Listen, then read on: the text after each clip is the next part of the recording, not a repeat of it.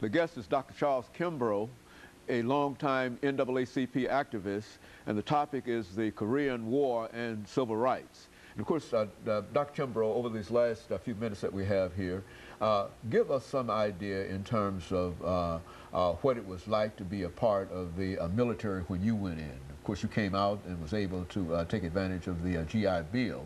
But what was it like when you first went into the military, and talk about separation and some of the things associated with that? Well, I was in the Army for a period of 6 years. And when I went in, you know, we were completely separated. We were just a part of the fabric of the United States, of course. That was in 1947 that I went in.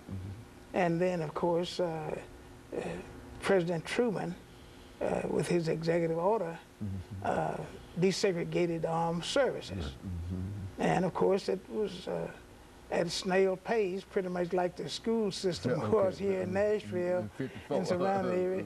You know, the order comes down in 54, but you wound up integrated in the first grade in 57. So the Army was no different in that sense. Usually, you separated in the barracks, separated in the wherever you were serving, you were segregated. One of the things that happened is you could have a black first sergeant. He's going to do the drilling and the direct orders, and then the white lieutenant. If you had a black lieutenant, it'd usually be a second lieutenant and a white first lieutenant.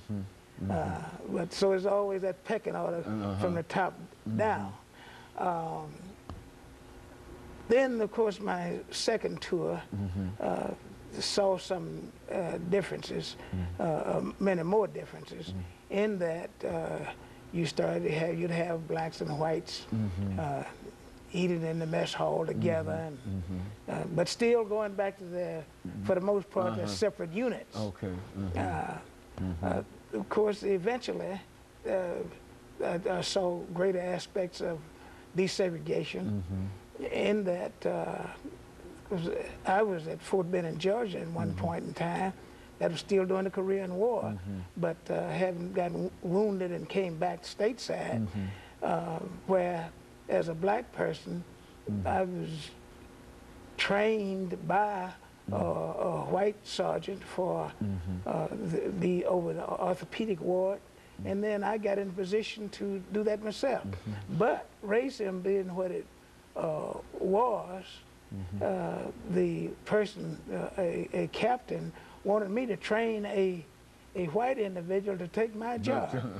So rather than do that, of course, I went back and spent, I didn't have to go back, having been wounded, to go back overseas, but I elected to go back. And because you didn't, I guess that's why I've tried to stand up a little straighter to people now, because in the military, you know, you can get court-martialed for doing some of the things that, by objecting to certain orders, however ridiculous they might be.